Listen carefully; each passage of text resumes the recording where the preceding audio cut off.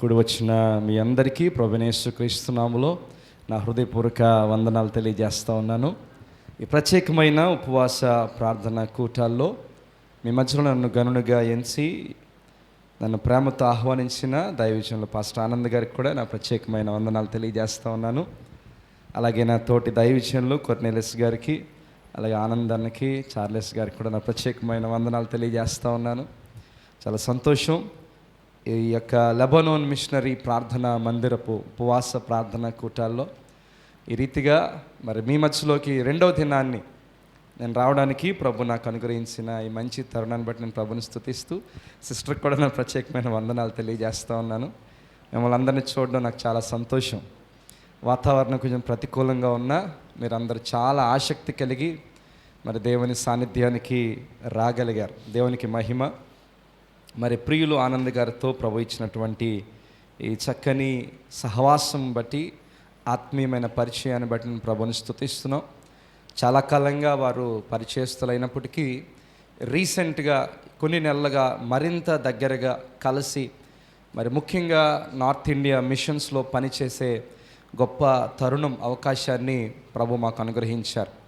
మరి వారు చేస్తున్న నార్త్ ఇండియా మిషన్స్లో భాగంగా మేము మా టీం తరపున ఒడిస్సా రాష్ట్రంలో కలహండి అనేటువంటి జిల్లాలో మరి మా బృందం అక్కడికి వెళ్ళి వారి ద్వారా మాకు అక్కడ పరిచయాలు ఏర్పడి అక్కడ పనిచేయడానికి ప్రభు మాకు ఇచ్చిన అవకాశాన్ని బట్టి మేము ప్రభువుని స్తుతిస్తున్నాం. ఇప్పటికి 2 పర్యాయాలు అక్కడికి వెళ్ళి రావడం జరిగింది. మరి ఆ యొక్క ప్రాంతాలు మరి మాకు పరిచయం చేసి అక్కడికి కూడా మేము కూడా వెళ్ళి మరి చక్కని సువార్త పని జరిగించడానికి మరి మాకు అనుగ్రహించిన దేవుని అవకాశాన్ని బట్టి, అలాగే వారి ద్వారా కల్పించబడినటువంటి చక్కని ఆధిక్యతను బట్టి నేను ప్రభువుని మహింపరుస్తున్నాను. మరి మా బృందంలో మా సేవకులు మేము కలిసి, అలాగే మా సంఘం అంటే ఒక టీం ప్రార్థన గుంపుగా ఉండి ప్రార్థన చేస్తూ ఉన్నారు. కొంతమంది ఆర్థికంగా సహకరిస్తూ ఉన్నారు, కొంతమంది మేము ఆ స్థలానికి వెళ్ళి పని చేస్తూ ఉన్నాం. అలా దేవుడు మాకు ఇచ్చిన భారాన్ని బట్టి మరి ఆ ప్రాంతానికి వెళ్ళి పరిచరించడానికి ప్రభు అవకాశం ఇచ్చారు. మరి దేవుడు ఒక స్థలాన్ని కూడా చూపించారు, ఒక గృహాన్ని ఏర్పాటు చేశారు. మరి నెక్స్ట్ మంత్ నుంచి మరింత విస్తృతంగా గ్రామాల్లోకి వెళ్ళి పని చేయగలిగే అవకాశం. పిల్లరా, ఇక్కడ మనము సమృద్ధి అయిన వాక్యం హృదయం అంతటితో మరి ప్రభు వాక్యాన్ని స్వీకరిస్తున్నారు. కానీ అక్కడ పరిస్థితి ఎలాగుందో తెలుసా? అయ్యా, మాకు ఎవరైనా వచ్చి వాక్యం చెప్తే బాగుండు, మాకు వాక్యం లేదు అని ఆరాట పడుతున్నారు. వాక్యం కొరకు ఆకలి దప్పులతో ఉన్నారు. మందిరాలు ఉన్నా కొన్ని చోట మూతవేయబడిపోయి ఉన్నాయి. కొన్ని చోట అయితే ఒక గ్రామంలో మనకి 15-20 మందిరాలు ఇక్కడ కనబడుతున్నా అక్కడ 15-20 గ్రామాలకి ఒక మందిరం కూడా కనబడడం చాలా కష్టం. కొన్ని గ్రామాలు అంటే కొన్ని వందల గ్రామాల్లో అయితే అసలు కనీసం ఆ మండలానికి ఒక చర్చ్ కూడా లేనటువంటి పరిస్థితులు కూడా చాలానే ఉన్నాయి. మీరు ఆలోచన చేయండి. మన ఆంధ్రప్రదేశ్ 60, 70, 80ల్లో ఒకవేళ ఎలాగుందో ఊహించుకుంటే సేవ చాలా తక్కువ.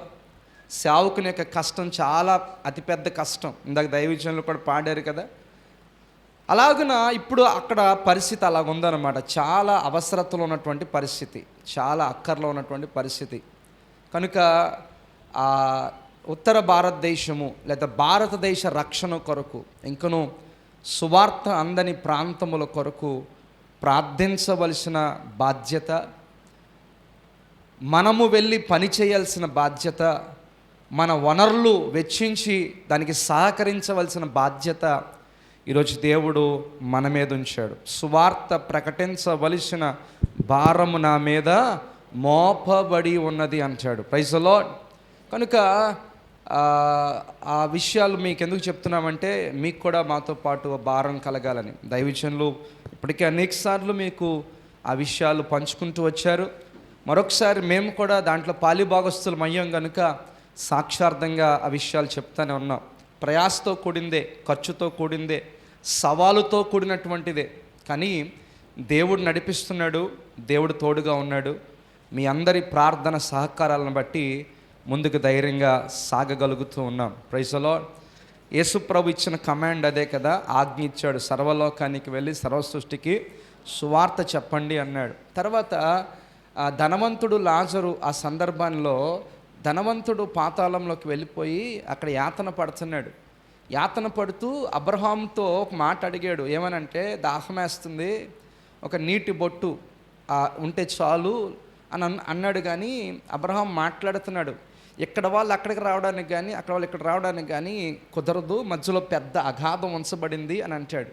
సరే, ఈ మాటలన్నీ మాట్లాడుతున్నప్పుడు ధనవంతుడు ఒక రిక్వెస్ట్ చేశాడు. ఏంటనంటే, భూమి మీద అలాగైతే నాకు ఇంకా 5 సహోదరులు ఉన్నారు, లాజర్ను పంపించుకుని సువార్త చెప్పించవా అన్నాడు.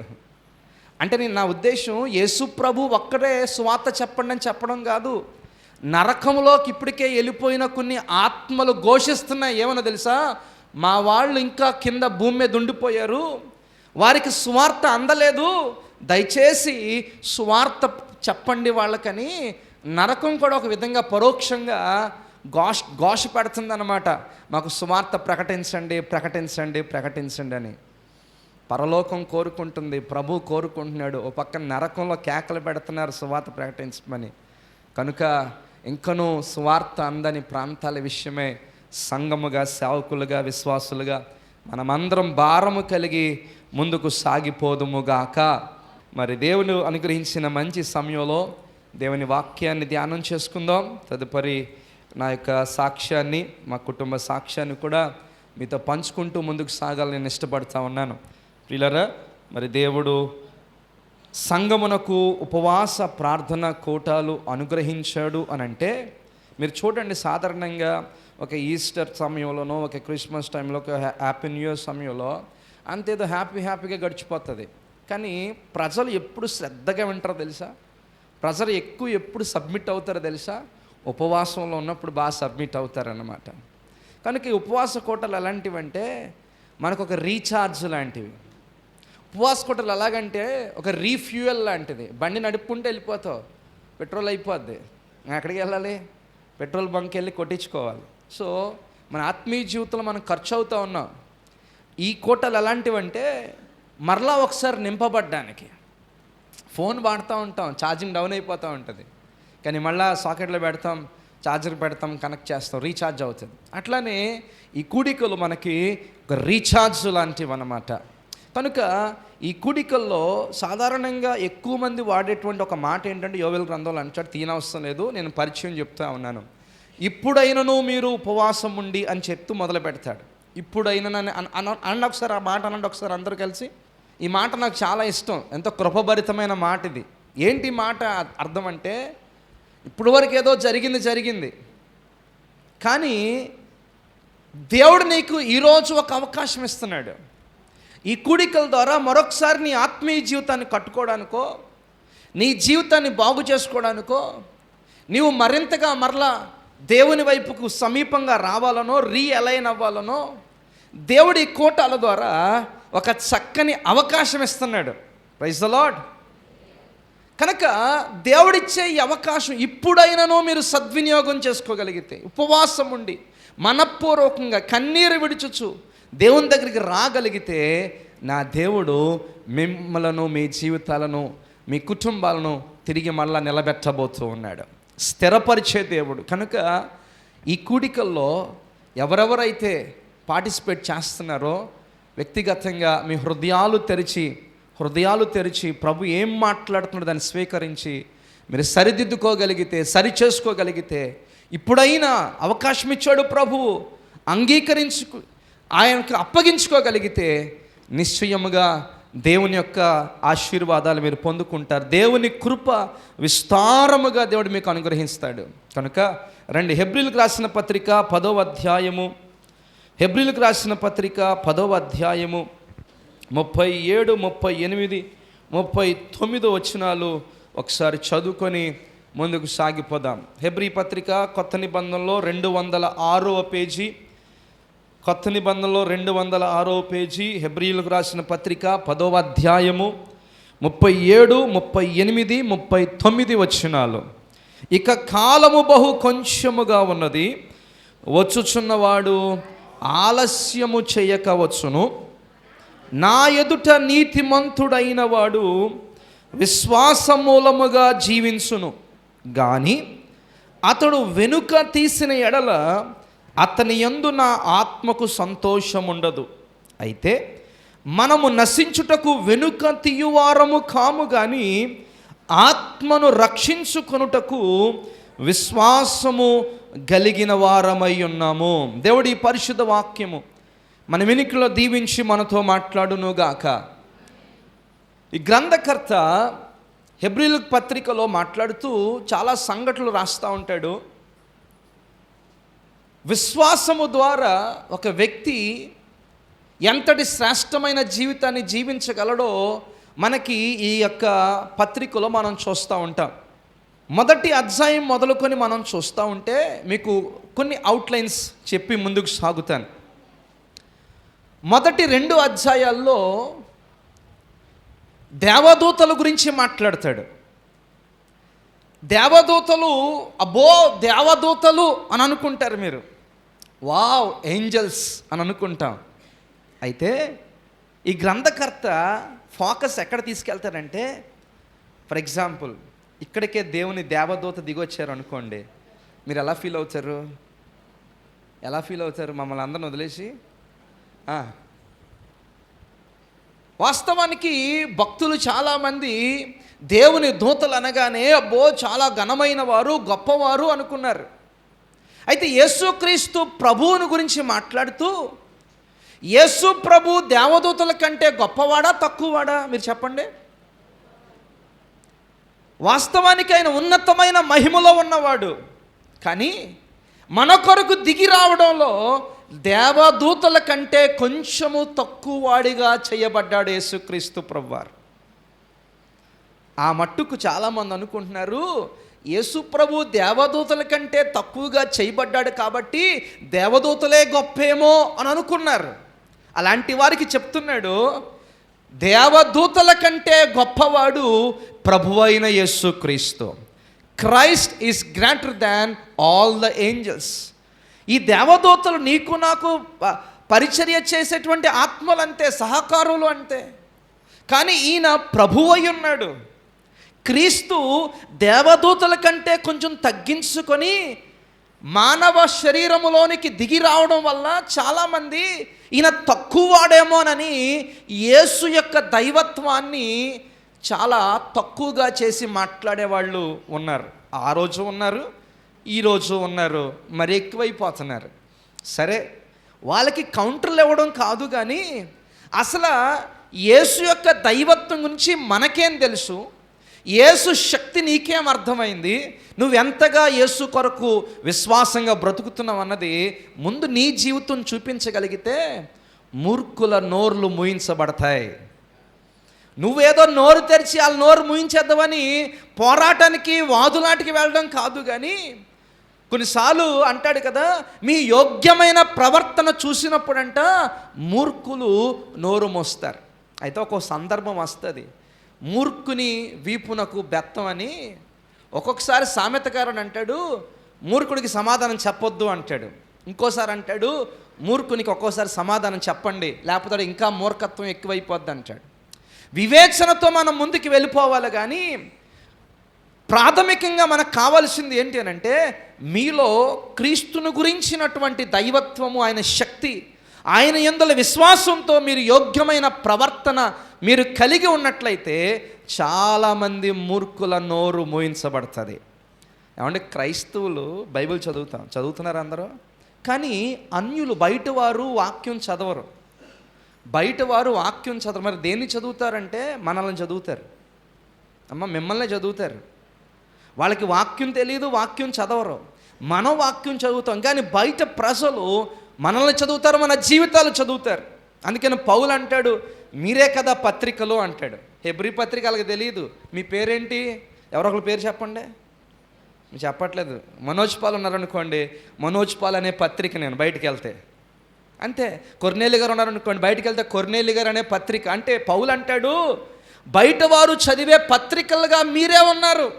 కనుక మీ యోగ్యమైన ప్రవర్తన, క్రీస్తును చూపించే ప్రవర్తన మీలో ఉంటే నేను చెప్తున్నాను, చాలామందిని మీరు ప్రభు దగ్గరికి ఆకర్షించగలుగుతారు. Praise the lord. గమనించండి, ఈ మొదటి 2 అధ్యాయాల్లో దేవదూతల కంటే గొప్పవాడు ఆయన. నీ కొరకు నా కొరకు రక్తమాంసములో పాలివాడై మన పాప శాపములన్నింటినీ తొలగించడానికి ఆయన కలువరి శిలువలో బలి అయిపోయి రక్తము చిందించి చనిపోయి సమాధి చేయబడి తిరిగి 3వ దినం లేచాడు. మరలా మహిమలోకి వెళ్ళాడు, మహిమపరచబడ్డాడు. దేవదూతల కంటే కొంచెం తగ్గించుకున్నాడని చెప్పి ఆయన దైవత్వం తగ్గిపోలేదు. ఆయన దేవదూతల కంటే గొప్పవాడు అంటాడు. Praise the Lord. తర్వాత 3 నుండి 6 అధ్యాయాలు మనం చూస్తే మోషే గురించి, అహరోను గురించి మాట్లాడతాడు. మోషే గురించి, ఇదిగో అతడు నా ఇల్లంతటిలో నమ్మకమైన వాడని 3 అధ్యాయాలు మాట్లాడతాడు. అహరోను గురించి మాట్లాడతాడు. అయితే ఇప్పుడు గ్రంథకర్త అంటాడు, మోషే గొప్పవాడు అనుకుంటున్నారు కదా, అహరోను గొప్పవాడు అనుకుంటున్నారు కదా, మోషే కంటే శ్రేష్ఠుడు యేసుక్రీస్తు ప్రభువు. అహరోను కంటే శ్రేష్ఠుడు యేసుక్రీస్తు ప్రభువు. ఒక్క మాట చెప్పనా, మోషే మీకోసం ప్రాణం పెట్టలేదు. అహరోను ప్రధాన యాజకుడిగా ఉన్నాడు కానీ అతడు మీ కొరకు బలి అయిపోలేదు. మరి ఎవరు మీకోసం బలయ్యారు అని అంటే, ఇదిగో యేసుక్రీస్తు ఒక్కడే మీ కొరకు బలయ్యాడు. మీరు మోషేను గనుడుగా ఎంచుకుంటున్నారు కానీ మోషే కంటే శ్రేష్ఠుడు, అహరోను కంటే శ్రేష్ఠుడు, సాగిలపడి మ్రొక్కవలసిన వాడు యేసుక్రీస్తు ప్రభు ఒక్కడే. హల్లెలూయా. దేవునికి మహిమ కలుగునుగాక. మనం చూస్తే 7వ అధ్యాయంలో యాజకత్వం గురించి మాట్లాడతాడు. హెబ్రీ పత్రిక 7వ అధ్యాయంలో యాజకత్వం గురించి మాట్లాడతాడు. అందరు యాజకులు యాజకత్వాన్ని స్టార్ట్ చేశారు, చేసి ముగించిన తర్వాత వాళ్ళు చనిపోయారు. అంతే, అక్కడితో అయిపోయింది ఆ తరగతి. కానీ యేసుక్రీస్తు ప్రభు యొక్క యాజకత్వం మిగిలిన వారి యాజకత్వం కంటే శ్రేష్టమైన యాజకత్వం. ఆయన యాజకత్వం మెల్కీసెదకు క్రమము చొప్పున జరిగిన యాజకత్వం. ఆయనకి ఆది లేదు, అంతము లేదు, వంశావళి లేనివాడు, మొదటివాడు, కడపటివాడు ఆయనే. మెల్కీసెదకు క్రమము చొప్పున యేసుక్రీస్తు మనకు సరిపోయిన యాజకుడు. Praise the Lord. పవిత్రుడు, నిర్దోషి, నిష్కల్మషుడు, ఆకాశ మండలము కంటే మిక్కిలి హెచ్చైన ఇట్టి ప్రధాన యాజకుడు మనకు సరిపోయినవాడు. కనుక అంటాడు, పాత నిబంధన యాజకత్వాలు రకరకాల ఆ యొక్క కార్యక్రమాలన్నిటికంటే కూడా క్రీస్తు యొక్క మెల్కీసెదకు క్రమము చొప్పున ఈ యాజకత్వము మరి శ్రేష్టమైంది. ఎందుకంటే ఆ యాజకుడు మీ పాపాలు తీయలేకపోయాడు, కానీ ఈ యాజకుడు నిరంతరము ఆయన యొద్దకు వచ్చి వేడుకొని వారందరి పాపములను తీయుటకు ఈయన సమర్థుడు. తర్వాత 8వ అధ్యాయంలో హెబ్రీ పత్రికలో నిబంధన గురించి మాట్లాడతాడు. నిబంధన కవనెంట్. పాత నిబంధన అబ్బో చాలా గొప్ప నిబంధన, మోషే ద్వారా దేవుడు మాకు చేశాడు సీనాయి పర్వతం దగ్గర అని గొప్పగా చెప్పుకుంటున్న నిబంధన కంటే కూడా యేసుక్రీస్తు ప్రభువు క్రొత్త నిబంధన చేశాడు. ఏమంటే పాత నిబంధన అంతా పశువుల యొక్క రక్తంతో చేశారు, కానీ యేసు ప్రభు అంటాడు కదా, ఆయన పాత్ర చేత పట్టుకొని ఇది నా రక్తం వలనైనా క్రొత్త నిబంధన. యేసు తన స్వరక్తం ఇచ్చి మనల్ని సంపాదించుకున్నాడు. ఆయన మనతో చేసిన నిబంధన అంటే అర్థం ఏంటి? నేను మీకు దేవుడినై ఉంటాను, మీరు నా పిల్లలై ఉంటారు, నేను మీ మధ్యలో నివాసం చేస్తాను. నిబంధనలో 3 ప్రాముఖ్యమైన విషయాలు ఉంటాయి. I will be your God, నేను మీ దేవుడినై ఉంటాను. రెండోది, you shall be my people, మీరు నా ప్రజలై ఉంటారు. మూడోది, I will dwell among you, నేను మీ మధ్యలో నివసిస్తాను. మీరు గుర్తు చేసుకోండి, పాత నిబంధనలోకైనా కొత్త నిబంధనలోకైనా నిబంధన విషయంలో ఇవి 3 జరుగుతాయి. నేను మీకు దేవుణ్ణి ఉంటాను, మీరు నాకు ప్రజలై ఉంటారు, నేను మీ మధ్యలో. ఆ రోజు ప్రత్యక్ష గుడారం వేసుకుని మధ్యలో ఉన్నాడు, ఈరోజు పరిశుద్ధాత్మగా మనలో ఆయన నివసిస్తూ ఉన్నాడు. Praise the Lord. గనుక గమనించండి, ఇక్కడ ఆ పాత నిబంధన కంటే క్రొత్త నిబంధన ఈ క్రీస్తు ద్వారా వచ్చింది మరి శ్రేష్టమైనది అని హెబ్రీ పత్రికలో మాట్లాడుతూ ఉంటాడు. ఇకపోతే 9, పాత నిబంధన ప్రజలకి దేవాలయం అంటే చాలా గొప్ప. యేసుప్రభు కూడా ఏం చూపించారు? ఈ దేవాలయం చూసావా ప్రభువా, చాలా వైభవం కదా, వావ్ అనుకుంటాను. ప్రభు అన్నాడు, ఈ దేవాలయం పడగొట్టండి, 3 దినాల్లో నేను కడతానన్నాడు. ఈ దేవాలయం కాదన్నాడు. వారు దేవాలయం గురించి చాలా గొప్పగా భావించేవారు. కానీ హెబ్రీకి అందకర్త అంటాడు, దేవాలయము కన్నా శ్రేష్ఠుడు యేసుక్రీస్తు ప్రభువు. ఆయనే దిగి వచ్చి మనలను తన దేవాలయంగా మలుచుకొని మనలో నివసించడానికి ఇష్టపడుతున్న ఈయనను బట్టి పాత నిబంధన దేవాలయము కంటే ఈయన శ్రేష్ఠుడు. వినండి, మిమ్మల్ని నెమ్మదిగా తీసుకొని వెళ్తున్నాను. 10వ అధ్యాయంలో ఏముంటుందంటే, రకరకాల రక్తములు ఒలికించిన పశువులు సంబంధమైన బలులు ఉన్నాయి. ఎడ్ల యొక్కయు మేకల యొక్క రక్తము చిందించేశారు. బలుల గురించి మాట్లాడతాడు. ఇన్ని బలులు అబ్బా, ఇన్ని బలులు అని చాలా గర్వంగా అతిశయంగా భావిస్తున్నారే. వీటన్నిటికీ మించిన బలి నా ప్రభు అయిన యేసుక్రీస్తు కలువరిశిలువలో జరిగించాడు. అది నిత్యమైన బలి, ఎప్పటికీ కూడా ఎన్నటెన్నటికీ పాపాలు సంపూర్ణంగా తీసివేయగలిగినటువంటి ఒకే ఒక్క బలి యేసు జరిగించాడు.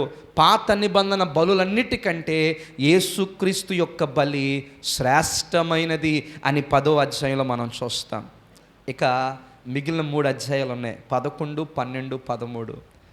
ఇప్పుడు దేవదూతల కంటే శ్రేష్ఠుడు యేసయ్య, మోషే అహరోనుల కంటే శ్రేష్ఠుడు, పాత నిబంధన యాజకత్వం కంటే శ్రేష్టమైన యాజకత్వం కలిగిన వాడు యేసుక్రీస్తు.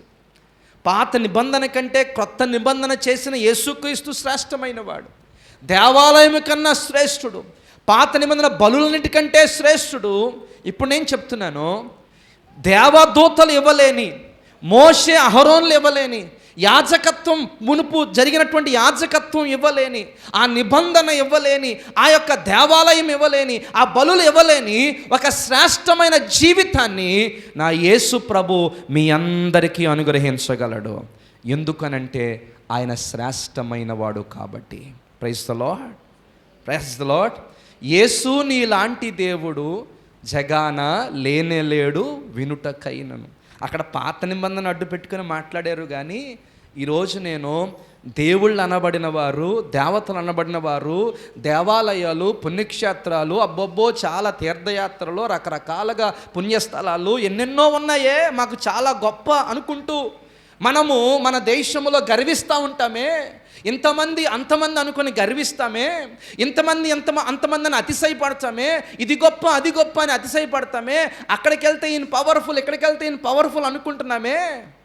కానీ ఒక్క మాట చెప్పనా, నువ్వు ఎంతమందిని పేర్కొన్నా వారందరికంటే శ్రేష్టమైన వాడు యేసుక్రీస్తు ప్రభువు. యేసు నీలాంటి దేవుడు జగాన లేనేలేడు వినుటకైనను, నీకు సాటి ఎవరో ప్రభో జగాన కానరారే ప్రభో. రక్తమిచ్చిరా, వారి ప్రాణమిచ్చిరా, రక్తమిచ్చిరా, వారి ప్రాణమిచ్చిరా, దేవతలు వినుటకైనను.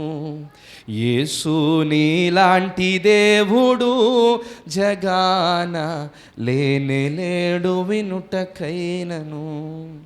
యేసు గురించి చెప్పడం మొదలు పెడితే గంట సరిపోదు కదా, రోజు సరిపోదు కదా, నెల సరిపోదు కదా. యోహాన్ అంటాడు, అంతా రాసేసిన తర్వాత ఇంకా చెప్పడానికి ఎన్ని సంగతులు ఉన్నాయో, స్థలము చాలదని ముగించేస్తున్నానని యోహాను గారు సువార్త రాస్తూ ముగించేశాడు. యేసు ప్రభు 10,000లో అతి సుందరుడు, అతి కాంక్షణీయుడు, గుర్తింప తగినవాడు. ఏమండి, దేవుళ్ళు అనబడిన వారు, దేవతలు అనబడిన వారు, మఠాధిపతులు, పీఠాధిపతులు, గురువులు, బాబాలు, శూరులు, వీరులు, మహాత్ములు, గురువులు ఎంతోమంది ఉన్నారు లోకంలో. గొప్ప గొప్పవారు ఉన్నారు లోకంలో, ఎన్నో టైటిల్స్ పెట్టుకున్నారు. కానీ మీకు మాట చెప్పనా, పరిశుద్ధుడు అనే టైటిల్ ఎవరో పెట్టుకోవడానికి సాహసించలేదు. ఎందుకంటారు? దమ్ము లేక, ఆ సత్తా లేక, ఆ యోగ్యత లేక. మరి యేసు పరిశుద్ధుడని ఎందుకు పిలువబడ్డాడంటే ఆయనలో ఆ యోగ్యత ఉన్నది. ఆయన పరిశుద్ధుడు, తండ్రి పరిశుద్ధుడు, ప్రభు ఆయన కుమారుడైన యేసుక్రీస్తు పరిశుద్ధుడు, పరిశుద్ధాత్ముడు పరిశుద్ధుడు. అందుకనే ఆరాధనలో యెషయా చూస్తున్నాడు, పరిశుద్ధుడు పరిశుద్ధుడు పరిశుద్ధుడని నిత్యము గాన ప్రతిగానముల చేత ఆరాధించబడుతున్నాడు. Praise the lord. అసలైన సెసలైన వర్షిప్ సాంగ్ ఏదన్నా ఉందంటే పరిశుద్ధ మనం ఏంటంటే శుభకార్యాలకి వదిలేసాం దాన్ని. ఏదైనా పెళ్లి జరిగితే స్టార్ట్ చేస్తాం, ఏదైనా గృహప్రవేశం అంటే ప్రతిష్ఠ అంటే స్టార్ట్ చేస్తాం కదా, అక్కడ వరకు ఆపేసాం. కానీ నిజంగా దాంట్లో ఒక స్టాంజా తండ్రి గురించి ఉంటుంది, తర్వాత చరణము కుమారుని గురించి ఉంటుంది, తర్వాత చరణము ఆత్మ గురించి ఉంటుంది, ఆఖరి చరణము జనక కుమారాత్మ త్రియేక దేవుని గురించి ఉంటుంది. ఘనమహిమ చెల్లును గణరానిత్యము. కానీ ఆ యొక్క తండ్రి కుమార పరిశుద్ధాత్మ త్రియేక దేవుని పరిశుద్ధతను, మహత్యమును, సామర్థ్యమును కొనియాడుతూ అసలైన ఆరాధన పాటగా ఉంటుంది. దేవునికి మహిమ కలుగునుగాక. వీళ్ళరా ఒక్కొక్కసారి మనం కామన్ సాంగ్స్ పాడుతున్నాం, పర్లేదు, తప్పేమి కాదు, కానీ యథార్థంగా ఆరాధిస్తే చాలు. కానీ మీరు ఎప్పుడైనా మీరు చూడండి ఒకసారి, ఈ పరిశుద్ధ ఒంటరిగా ఉన్నప్పుడు ప్రభువుని ఆరాధిస్తూ పాడుకోండి. నేను చెప్తున్నాను, చాలా శక్తివంతంగా మీరు ఆయన యొక్క ప్రభావాన్ని అనుభవిస్తారు. Praise the Lord. ఈరోజు నేను చెప్పే మాట ఏంటంటే, ఈ లోకములో పరిశుద్ధుడు అనేవాడు ఒకడు లేడు, పరిశుద్ధులని పిలువబడిన వాడు లేడు. నాలో పాపం ఉందని మీలో ఎవడు స్థాపించగలడు అని ధైర్యంగా సవాలు విసిరినవాడు మన ప్రభు అయిన యేసుక్రీస్తు. ఇంకా నువ్వు విఫలీకరించి నేను చెప్పట్లేదు, కానీ మీరు ఏది తీసుకున్నా ఈ ప్రపంచంలో, పాత నిబంధనే కాదు, హెబ్రీ పత్రిక పాత నిబంధనను బేస్ చేసుకుంటూ కంపారిటివ్గా యేసు ప్రభు గురించి చెప్పుకుంటూ వచ్చాడు.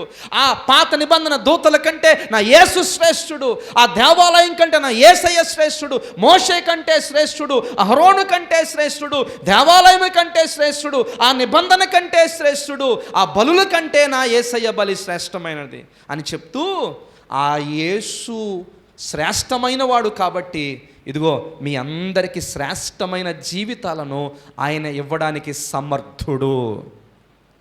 ఈరోజు ఒకటే సువార్త చెప్తున్నాను, ఈ లోకంలో మానవుని జీవితాన్ని బాగు చేయగలిగిన వాడు ఒక్కడూ లేడు, ప్రభువైన యేసు తప్ప. మీరు వినండి, సర్వలోకం దైవాధీనం, దైవం మంత్రాధీనం, మంత్రం బ్రాహ్మణాధీనం, బ్రాహ్మణుడే దేవుడు అనేటువంటి భారతదేశ సాంప్రదాయంలో బ్రతుకుతున్నటువంటి ఈ కాలంలో విజయనగరం జిల్లా బొబ్బులిపట్నం శ్రీ వైష్ణవ బ్రాహ్మణ కుటుంబంలో వేణుగోపాలరావు గారు అనే మా తాతయ్య గారు జన్మించారు. తడిమడి ఆచారం కలిగి వేణుగోపాల స్వామి వారి దేవస్థానంలో అర్చకత్వం చేసుకుంటూ ప్రతిరోజు పీకల్లోతు నీటిలోకి దిగి పాపోహం పాప సంభవ అని చెప్తూ ఆ యొక్క శ్లోకాన్ని వర్లిస్తూ త్రాహిమం కృపయదేవ శరణాగత వస్తల త్రాహిమం అంటూ, నేను పాపిని ప్రభువా, పాపంలో నా తల్లి నాకు జన్మనిచ్చింది, గర్భం ధరించి జన్మనిచ్చింది, నేను పాపంలోనే పుట్టాను, పాపమే చేస్తున్నాను, కనుక నా పాపం నుంచి నన్ను విడిపించు అని ప్రతిరోజు శ్లోకమెత్తి ఆయన ఆక్రందన చేసేవాడు. చేస్తూ ఉంటే అలాగున దినాలు గడిచిపోతున్నాయి. ఆయనకి వేదాలు చదవడం, తర్వాత సాహిత్యం చదవడం, ఈ యొక్క చాలా తంతులన్నీ తెలుసు, వేద విద్యను అభ్యసించారు. అయితే రేరాణి అనేటువంటి ఒక మాసపత్రికలో ఆయన ఒక వ్యాసం చదివాడు. ఏంటి ఆ వ్యాసం అని అంటే, పాపమును గుర్చిన వ్యాసం. ఏమని రాశాడో తెలుసా? ఏ మనిషిని కదిపినా అరికాలు మొదలుకొని నడినెత్తి వరకు ఏదో ఒక నొప్పి నొప్పి నొప్పి, తలనొప్పండి, మెడ నొప్పండి, నడువు నొప్పండి, చేతులు నొప్పండి, కాళ్ళు నొప్పండి అని అంటారు. ఎవరిని కదిపినా ఇంట్లో పిల్లలతో సమస్య, భర్తతో సమస్య, భార్యతో సమస్య అంటారు.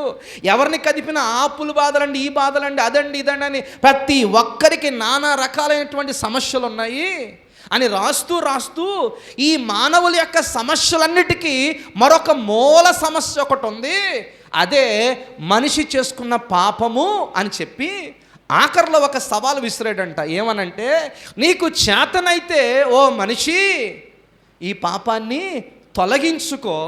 ఇందాక పాడారు కదా, ఓ మానవా నీ పాపం మానవా అన్నాడు. అంటే మన దగ్గర సొల్యూషన్ ఉంది కాబట్టి చెప్పడానికి అవకాశం ఉంది. ఆయన దగ్గర సొల్యూషన్ లేదు ఆ కవి దగ్గర. నీ చేతనైతే పాపాన్ని ఎక్కడ తొలగించుకుంటావో తొలగించుకో, అప్పుడు నీ జీవితం ధన్యం అవుతుంది, లేకపోతే దరిద్రమే దరిద్రం అన్నాడంట. ఇప్పుడు ఈ మాట ఆయన బాగా గుచ్చుకుందనమాట.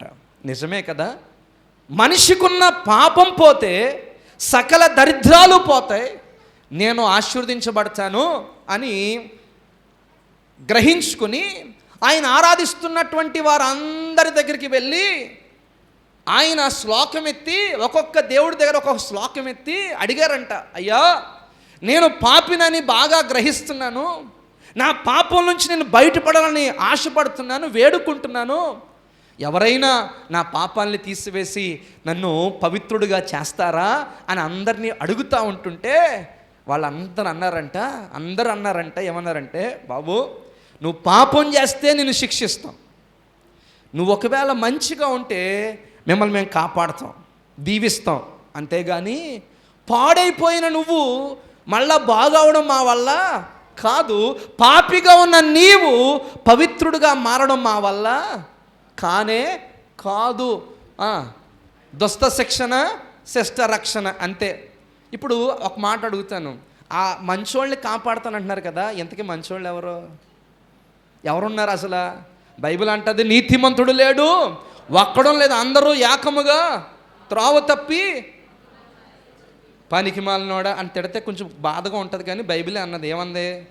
అందరూ త్రోవ తప్పి పనికి మాలిన వారు అయిపోయారు అంటాడు కదా. రోమాపత్రిక 3 అధ్యాయాలు మనం చూస్తాం. వీళ్ళరా మిమ్మల్ని తిట్టాలని కాదు, కానీ ఆ ఇంటెన్సిటీ ఒకసారి జ్ఞాపకం చేయాలని. ఇప్పుడు మరి మంచోళ్ళని కాపాడేస్తారంటే ఎవరో వాళ్ళ దృష్టిలో మంచోళ్ళు? ఎవరు మంచోళ్ళు ఉన్నారు? అందరూ పాడైపోయారే. రోమాపత్రిక 1 అధ్యాయంలో చదువుకున్న వాళ్ళు పాడైపోయారు, 2 అధ్యాయంలో యూదులు పాడైపోయారు, 3 అధ్యాయంలో అందరూ పాడైపోయారు, అన్యులు పాడైపోయారు, యూదులు పాడైపోయారు, ధర్మశాస్త్రం ఎరిగినటువంటి వారు పాడైపోయారు, ధర్మశాస్త్రం లేనివారు పాడైపోయారు. లోకంలో ఎవరిని చూసినా ఏడసూడు మనిషి పైకి మంచిగుంటాడు, కుళ్ళు నోరెట్టుకొని మంచి మాటలే పైకి మాట్లాడతాడు, కానీ తీసుకెళ్ళి నట్టెట్లో ముంచేస్తాడంట. మోసగాళ్ళు ఎక్కువైపోయారు, భక్తి వేషం ఎక్కువైపోయింది. ఇందాక చెప్పారు కదా, ప్రపంచ నటనలలో ప్రావీణ్యం పొందిన వారు ఎక్కువైపోయారు. ఇప్పుడు ఎవరిని రక్షిస్తారు? ఈయన అడుగుతా ఉన్నాడు మా తాతయ్య గారు, అయ్యా మమ్మల్ని రక్షించండి అంటే అందరూ చేతులు ఎత్తేశారు. అప్పుడైనా కొంతకాలం తర్వాత ఏం డిసైడ్ చేసి తెలుసా? ఆయన జంజం పక్కన పడేసి, వేదాలు పక్కన పడేసి, అర్చకత్వం పక్కన పడేసి, ఆ ప్రాంతం విడిచిపెట్టి, ఇంటి మండువాలోగుల ఆస్తిని విడిచిపెట్టేసి ఆయన అన్వేషణ చేసుకుంటూ వచ్చేస్తే తణుకు దగ్గరికి చేరుకొని అక్కమాంబ టెక్స్టైల్ దూది మిల్లు ఉంటుంది, దాంట్లో చిన్న జాబు తీసుకుంటే ఆ క్రిస్మస్ సమయాల్లో వాక్యం వినబడుతుందంట. ఏమనంటే, ఇదిగో ఆమె ఒక కుమారుని కంటది, ఆయనకు యేసు అను పేరు పెడుతుంది. యేసు అంటే అర్థం రక్షకుడు. ఇంతకీ ఏ రక్షకుడు అయినా అంటే తన ప్రజలను వారి పాపముల నుండి ఆయనే రక్షించును గనుక ఆయనకు యేసు అను పేరు పెడతారని మత్తయి సువార్త 1 అధ్యాయం 21 వచనంలో ఉంటుంది. యేసు అంటే రక్షకుడు. రక్షకుడు అంటే దేని నుంచి రక్షిస్తాడు అని అంటే పాపముల నుండి రక్షిస్తాడు. తన యొక్క చాలా కాలం మెదులుతున్న ప్రశ్నకు సమాధానం దొరికినట్టు అయింది. నెమ్మదిగా ప్రభు దగ్గరికి రావడం మొదలుపెట్టారు, నెమ్మదిగా ప్రభు మాటలు వింటున్నారు. ఈలోగా తణుకు నుంచి గుంటూరు అక్కమాంబ టెక్స్టైల్స్ హెడ్ ఆఫీస్కి ఈయన్ని అక్కడికి ట్రాన్స్ఫర్ చేస్తే అక్కడ క్వార్టర్స్లో ఉంటూ ఆ క్వార్టర్స్లో మధ్యవారం ఒక దైవజనులు విజయవాడ ఆనందనగర్ దగ్గర నుంచి వస్తూ ఉంటే ఆ ప్రతి బుధవారం మధ్యాహ్నం సాయంత్రం ఒక బైబిల్ స్టడీ లాగా దేవుని యొక్క వర్తమానము అక్కడ క్వార్టర్స్లో ఒక అరుగు మీద చెప్తూ ఉండేవారంట. అలాగా అమ్మమ్మ గారు తాతయ్య గారు అక్కడికి వెళ్ళి వాక్యం వింటూ ఉండేవారు. ముందు మా అమ్మమ్మ గారు కూడా పడేది కాదంటే అస్సలు, యేసుప్రభు అంటే అస్సలు ఇష్టం ఉండేది కాదు. ఏదో అన్వేషిస్తూ బయటకు వచ్చేసారు, కానీ యేసుప్రభు దగ్గరికి వెళ్ళాలా, యేసుప్రభువే రక్షకుడా అని అంటే యాక్సెప్ట్ చేయడానికి చాలా కష్టంగా ఉండేది. కులాన్ని బట్టి కూడా చాలా ఇబ్బంది పడుతూ ఉండేవారు. క్వార్టర్స్లో ఇలా ఒక కిటికీ ఉండేదంట వాళ్ళ గదికి వెనకాల. ఈ కిటికీ ఆనుకొని పాస్టర్ గారు నిలబడి అవతల వైపు ప్రసంగం చేస్తూ ఉండేవాడంట. మా అమ్మమ్మ గారికి కోపం వచ్చేసి ఏం చేసేదంటే ఆ యొక్క కిటికీ తలుపులు తెరిచి ఆ బొగ్గులు బాగా మంట పెట్టి దాని మీద కారం చల్లి ఆ గొట్రు అటు వదిలేదంట. సేవకుడు వాక్యం చెప్తుంటే దగ్గడమే తప్ప వాక్యం చెప్పకుండా ఆటంకపరిచేదనమాట మా అమ్మమ్మ గారు. అయితే అలా అలాగ దగ్గుతూనే ఆయన వాక్యం చెప్తూ ఉండేవాడు. రోమా 6:23 చెప్తూ, ఏలయనగా పాపం వల్ల వచ్చు జీతం మరణం, అయితే దేవుని కృపావరం క్రీస్తు యేసునందు నిత్యజీవం అనే ఒక మాట చెప్తుంటే ఆ మాట గుచ్చుకుంది మా అమ్మమ్మ గారికి. ఏంటి, పాపం వల్ల వచ్చే జీతం మరణమా, అయితే నిత్య జీవం ప్రభువులో ఉందా, యేసులో ఉందా అని చెప్పి ఆ రోజు మొదలుకొని కిటికీ తలుపులు తీయడం కాదు కదా, వెళ్ళి కోటంలో కూర్చొని వాక్యం వినడం మొదలుపెట్టింది. ఒక డిసెంబర్ 31 నైట్ తీర్మాన కూడిక జరుగుతూ ఉంది. సేవకుడు వాక్యం చెప్పేశాడు. వాక్యం చెప్పిన తర్వాత ఇదే మీకు మిక్కిలి అనుకూల సమయం, ఈ రాత్రి మీరు ప్రభువుని అంగీకరించగలిగితే నిశ్చయముగా నిత్య జీవానికి మీరు వారసులు అవుతారు, లేకపోతే నరకానికి వెళ్ళిపోవలసిన పరిస్థితి వస్తుంది. ఈ రాత్రి మీకు దేవుడు అవకాశం ఇస్తాడని ఆయన ఆఖరి మాట చెప్తే అందరూ చాలామంది మోకాళ్ళలోని ప్రార్థన చేసుకుంటున్నారంట. కదా ఫస్ట్ టైం మా తాతయ్య గారు అనుకున్నారంట, అందరూ మోకరిస్తున్నారు కదా, మనం మోకరించకపోతే బాగోదని ఆ కుర్చీ మీద దిగి మోకరించడం మొదలుపెట్టారు. మోకరించగానే ప్రభు ఆత్మ ఆయన తాకారు. వెంటనే ఆయన పశ్చాత్తాపడడం మొదలుపెట్టారు. ఆ కోటం ముగించబడి అందరూ వెళ్ళిపోయారంట. కానీ పురుషుల్లో మా తాతయ్య గారు, స్త్రీల్లో మా అమ్మమ్మ గారు అక్కడే గిల్గాలు అనుభవం, దొర్లించబడిన అనుభవం లాగా అక్కడే దొర్లి, ప్రభా ఎంతకాలం మాకు తెలియక ఏవేవో ముఖ్యమో ఏవేవో చేస్తాం, మమ్మల్ని క్షమించండి, మేము పాపులం ప్రభా అని ఒప్పుకొని పశ్చాత్తాపడి విడిచిపెట్టి ఆ తర్వాత రక్షణ పొందుకొని బాప్తిస్మాన్ని పొందుకొని గొల్లపూడి ఆనందరావు గారి దగ్గర కొంతకాలం తరిపిదిలో ఉండి ఆ తర్వాత దేవుని సేవను జరిగించారు. పిల్లరా 1986లో రాజమండ్రి వచ్చారు. ఆయన అక్కడ సంఘం స్థాపించారు. 8,000 గ్రామాలు తిరిగారు. ఆయన అనేక ప్రాంతాలకు వెళ్ళి ఆయన నిలబడితే 3 గంటలు వర్తమానం, అంటే సాక్ష్యము, శ్లోకాలు, సువార్త. ఎన్నోసార్లు కోటాలు అయిపోయింది, అర్ధరాత్రులు బాప్తీసాలు ఇచ్చిన దినాలు కూడా ఉన్నాయి ప్రియులారా.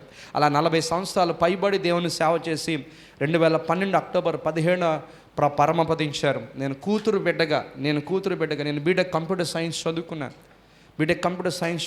నేను 9th 10th క్లాస్లో ఉండగా ప్రభు నన్ను దర్శించాడు. ప్రభు నన్ను VBSలో 10 ఆజ్ఞల గురించిన వివరణతో దేవుడు నన్ను తాకితే మారు మనసు పొందాను. అప్పటి నుంచి నేను సిద్ధపడుతూ ఉండగా ఇంజనీరింగ్కి వచ్చిన తర్వాత ఇంజనీరింగ్ 3rd ఇయర్లో నేను రక్షించబడ్డాను. ఆ తర్వాత నేను పడుతూ లేస్తూ ఉన్నాను, కానీ ప్రభు నిలబెడతా ఉన్నాడు. ప్రియులారా, ఆ 3rd ఇయర్లో నాకు ఒక అలవాటు ఉండేది. ఏంటంటే ఎవ్రీ వెన్స్డే నైట్ ఫాస్టింగ్ ఉండి ప్రేయర్ చేసుకునేవాడిని. అప్పుడప్పుడు కొంచెం స్కిప్ చేసేవాడిని, కానీ ఏదో ఉండాలనేటువంటి ఆలోచనతో ఉండేవాడిని. సో ఆ సంవత్సరం రక్షణ పొందిన సంవత్సరం, బాప్తిజం పొందిన సంవత్సరం, నేను ఒక నైట్ అలాగా బుధవారం రాత్రి ప్రార్థన చేస్తూ ఉంటుంటే అప్పటికి చిన్న సిస్టమ్ ఉండదు నా దగ్గర, కంప్యూటర్ సిస్టమ్. దాంట్లో ఒక మెసేజ్ విన్న తర్వాత నేను ప్రేయర్ చేసుకుంటే దేవుని ఆత్మ నన్ను తాకారు. ఆయన నాతో మాట్లాడారు. ఇర్మియా గ్రంథం 1వ అధ్యాయం నుంచి దేవుడు నాతో మాట్లాడాడు. గర్భమున నిన్ను రూపించబడక మునిపే నిన్ను ఎరిగి తిని, బయలు పడక మునిపే నిన్ను ప్రతిష్ఠించి తిని, జనములకు ప్రవక్తగా నిన్ను నియమించి తిని అని చెప్పి ప్రభు నాతో మాట్లాడారు. నాతో ప్రభు చెప్తూ ఉండేవాడు, నాయన నువ్వు ఎన్నడూ కూడా ఉద్యోగం చేయకూడదు, పే స్లిప్ అంటూ you should have no pay slip అనే స్వరం వినబడతా ఉండేది నాకు ఎప్పుడు. అదే ప్రేరణ, you should have no play slip, నా పని నువ్వు చేయాలి. కానీ ఫైనల్ ఇయర్కి వచ్చినప్పుడు దేవుని మహాకృపను బట్టి నేనేమో ఫస్ట్ నుంచి టాప్ 10లో ఉండేవాడిని అనమాట. అయితే క్యాంపస్ ఇంటర్వ్యూలు జరుగుతూ ఉన్నాయి. అందరూ అనుకున్నారు మనోజ్ గడికి వచ్చేస్తుంది, ఇంకా ప్రాబ్లం లేదు అనుకున్నారు. కానీ ఫస్ట్ ఎగ్జామ్ తీసేసి వెళ్ళి ఆ సిస్టమ్ ముందు కూర్చొని ఆన్లైన్లో టక్మని సబ్మిట్ చేశాను, యు ఆర్ డిస్క్వాలిఫైడ్ అని వచ్చింది. అర్థం కాలేదు. నాకు అర్థం కాకపోవడం పక్కన పెడితే మా ఫ్రెండ్స్ అందరికీ అర్థం కాలేదు, వీడికి రాకపోవడం ఏంట్రా అని. సరే అయిపోయింది. నెక్స్ట్ బాగా ప్రిపేర్ అయ్యి ఇన్ఫోసిస్కి వెళ్ళిపోయాం. ఆ రోజు వెళ్ళిపోతుంటే ఇలాగే వర్షం పడి బురదలో జారి పడిపోయి వెనకాల తైలేసింది అనమాట. మొత్తం మైండ్ అంతా కొలాప్స్ అయిపోయింది. ఏం చేశానో ఏం రాసింది తెలియదు, అది కూడా పోయింది. తర్వాత సత్యం, తర్వాత విప్రో పోయింది.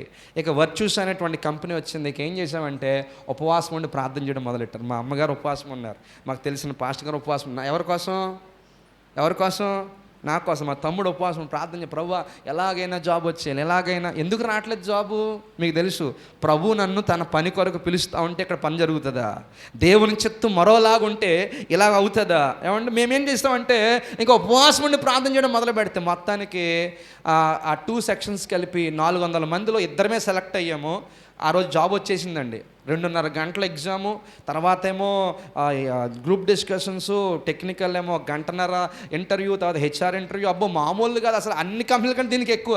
ఉపవాస బలంతో మొత్తానికి సాధించేశాను. కానీ వినండి జాగ్రత్తగా, 2007లో నేను బీటెక్ ముగించుకొని నేను హైదరాబాద్లో జాయిన్ అయిన తర్వాత జూలై 16వ తారీఖున జాయిన్ అయ్యాను. ఆగస్ట్ 2వ తారీఖు వచ్చింది. ఆగస్ట్ 2వ తారీఖు నా పుట్టిన దినం. ఆగస్ట్ 1వ తారీఖు సాయంత్రానికే నా ఫస్ట్ శాలరీ పడింది.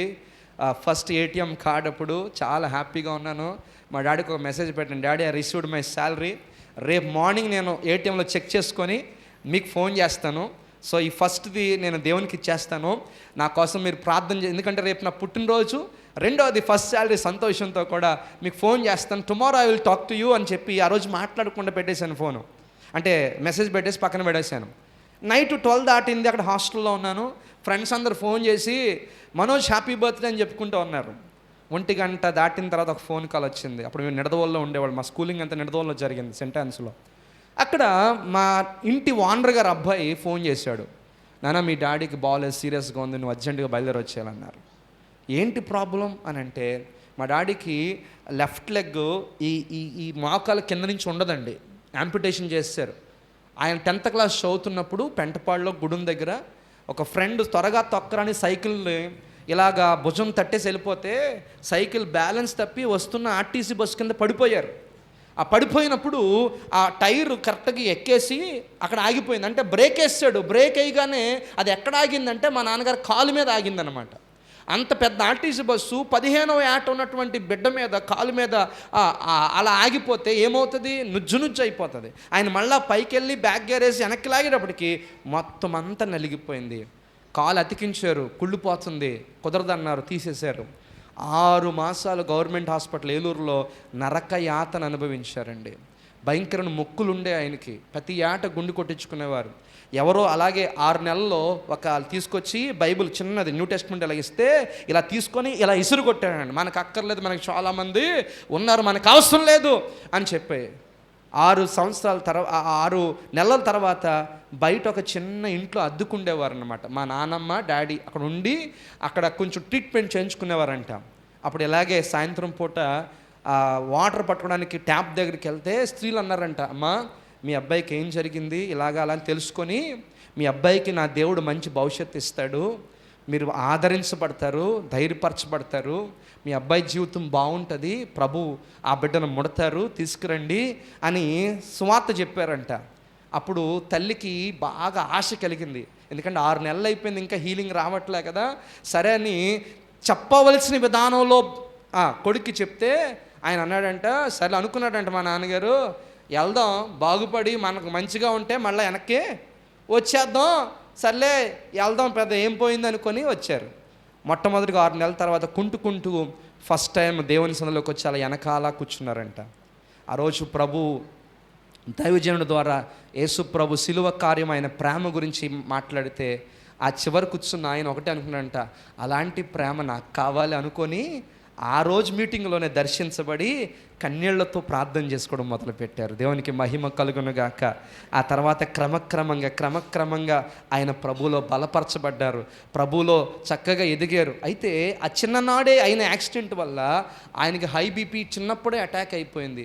20-30 ఏళ్ళ వరకే బతుకుతాడు ఈయన, ఆ తర్వాత బతకడు, చనిపోతాడు అన్నటువంటి డాక్టర్సు ఆయన 46వ ఏట వరకు బ్రతికాడండి.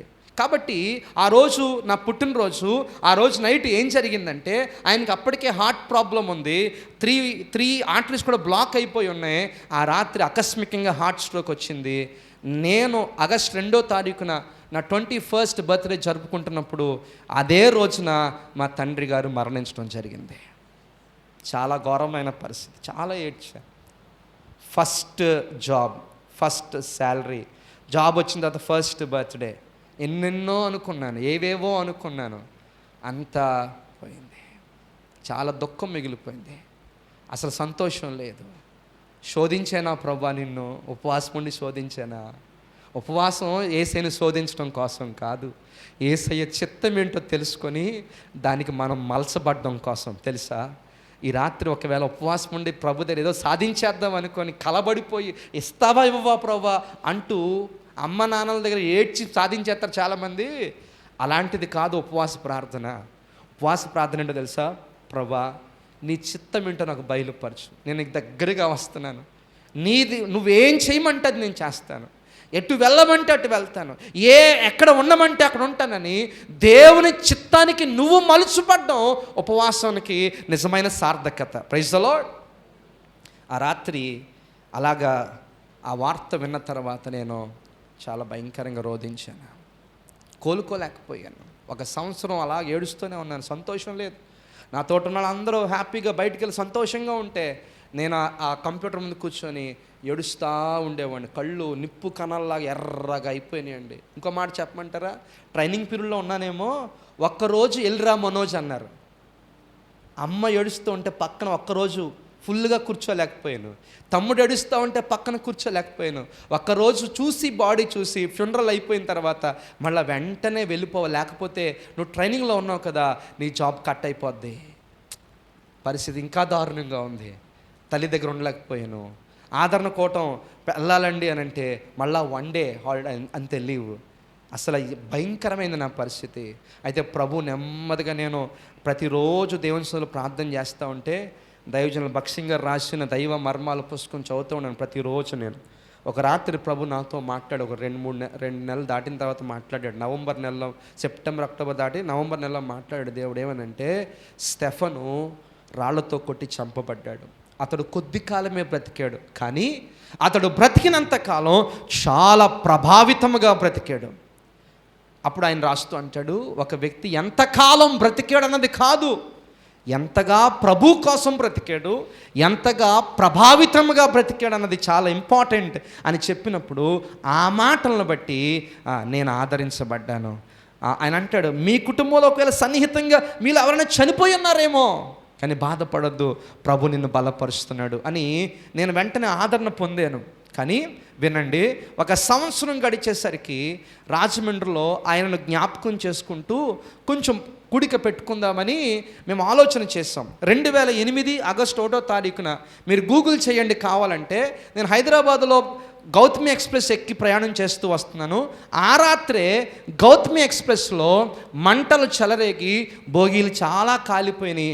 చాలామంది పడుకున్న వాళ్ళు పడుకున్నట్టే బూడిదైపోయారు, నామరూపాలు లేకుండా అయిపోయారు.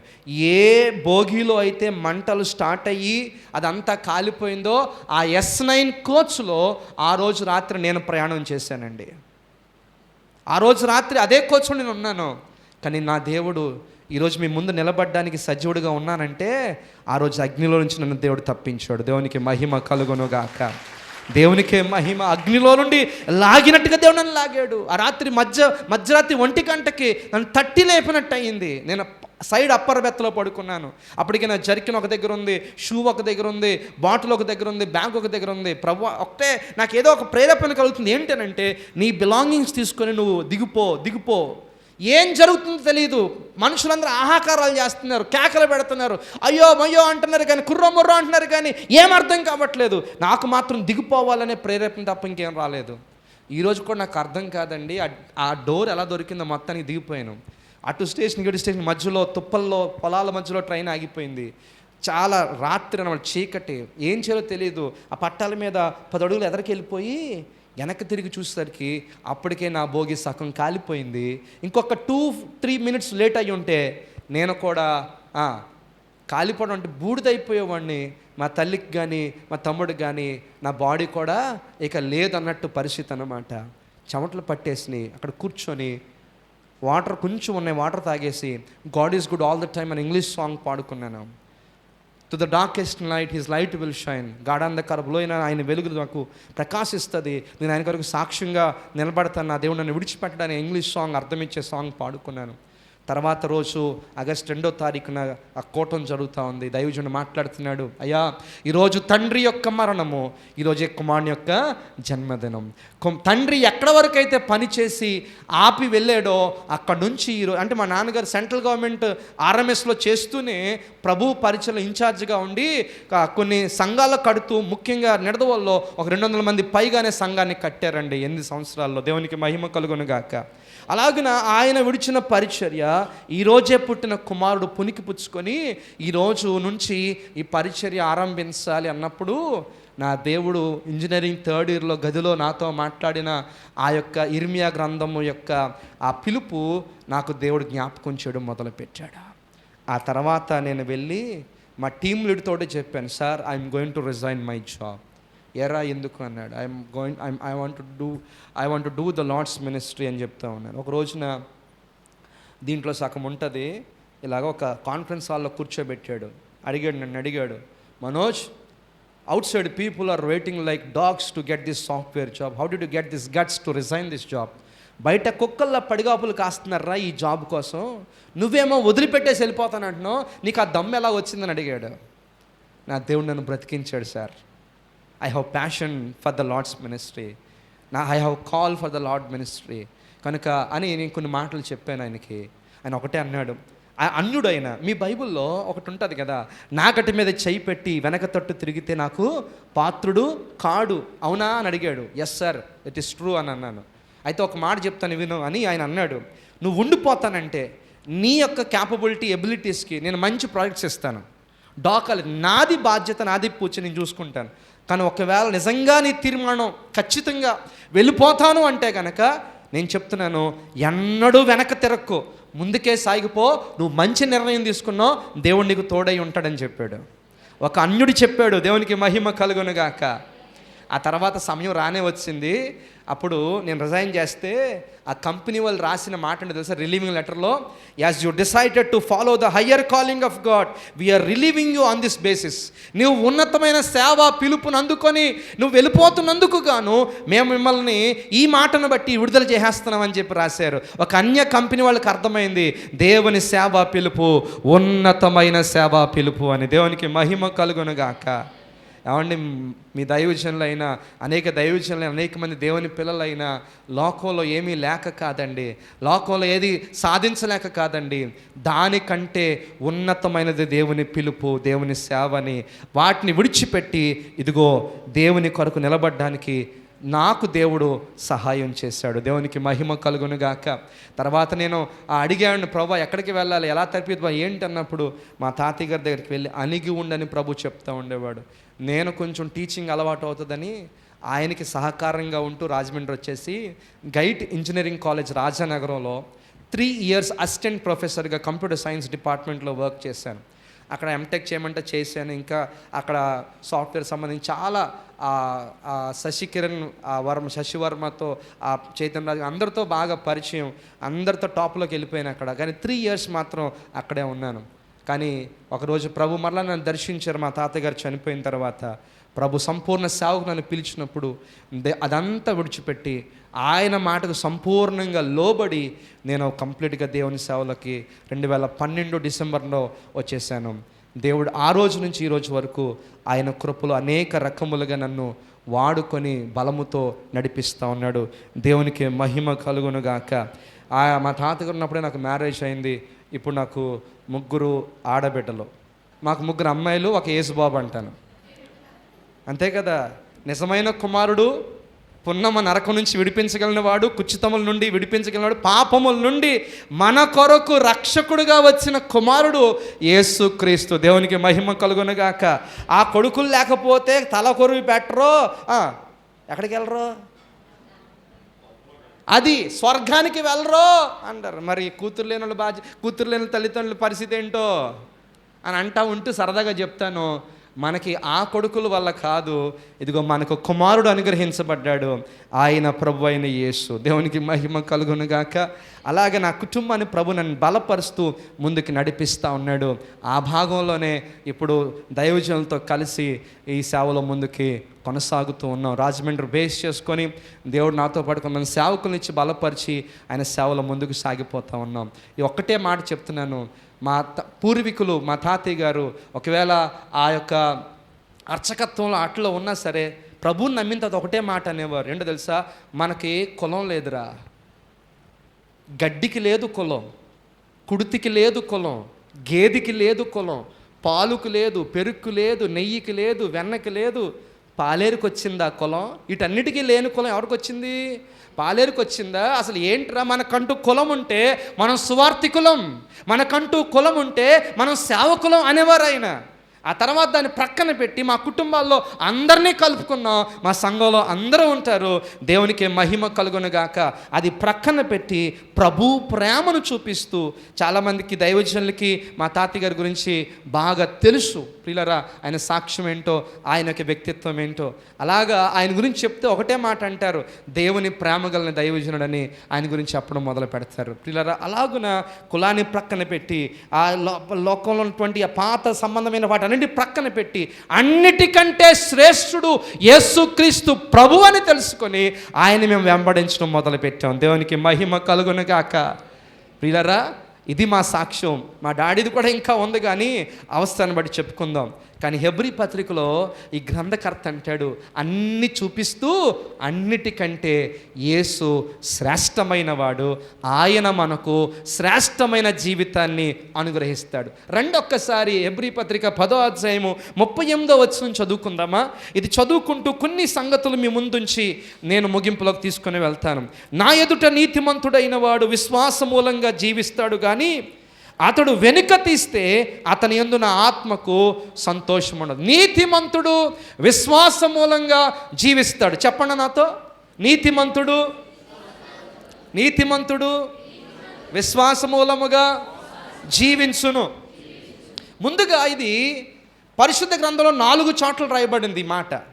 హబక్కుకులో ముందుగా రాయబడింది, రెండోది రోమపత్రికలో రాయబడింది, మూడోది గలతీ పత్రికలో రాయబడింది, నాలుగోది హెబ్రీ పత్రికలో రాయబడింది. ఒకసారి మీరు చూసినట్లయితే జస్ట్ ఆ వచనాలు కాంటెక్స్ట్ మీకు జ్ఞాపకం చేస్తూ ముందుకు తీసుకుని వెళ్తాను. గలతీ పత్రిక 3వ అధ్యాయము 11, 12 వచనాలు చదువుకుందాం. ధర్మశాస్త్రము చేత ఎవడునూ దేవుని ఎదుట నీతిమంతుడని తీర్చబడను సంగతి స్పష్టమే. ఏలయనగా నీతిమంతుడు విశ్వాస మూలముగా జీవించును. ధర్మశాస్త్రము విశ్వాస సంబంధమైనది కాదు, కానీ దాని విధులను ఆచరించువాడు వాటి వలనే జీవిస్తాడు. ఇక్కడ ఒక మాట గమనించండి. ఒక వ్యక్తి నీతిమంతుడుగా ఎలా మార్చబడుతున్నాడు అని అంటే ధర్మశాస్త్రాన్ని బట్టి కాదు, విశ్వాసమును బట్టే అన్నాడు. అయితే ఇంకొక మాట మీకు కొంచెం అర్థమయ్యేలా చెప్తాను. విశ్వాసమును బట్టే అని అంటే అర్థం ఏంటో తెలుసా? ఎవరి యందు విశ్వాసం? విశ్వాసం అంటే ఈరోజు చాలామంది పలానా శాలకి వెళ్తే విశ్వాసం, పలానా పాస్టర్ గారి దగ్గరికి వెళ్తే విశ్వాసం, పలానా స్థలానికి వెళ్తే విశ్వాసం, పలానాది కట్టుకుంటే విశ్వాసం, పలానాది రాసుకుంటే విశ్వాసం, పలానాదని భౌతికమైన విషయాల్లో విశ్వాసం ఉంచుతున్నారు. కానీ మన విశ్వాసం ఎవరి యందు? ధర్మశాస్త్రం వల్ల కాదు, కానీ విశ్వాసం వల్ల ఒక వ్యక్తి నీతిమంతుడు అవుతాడు.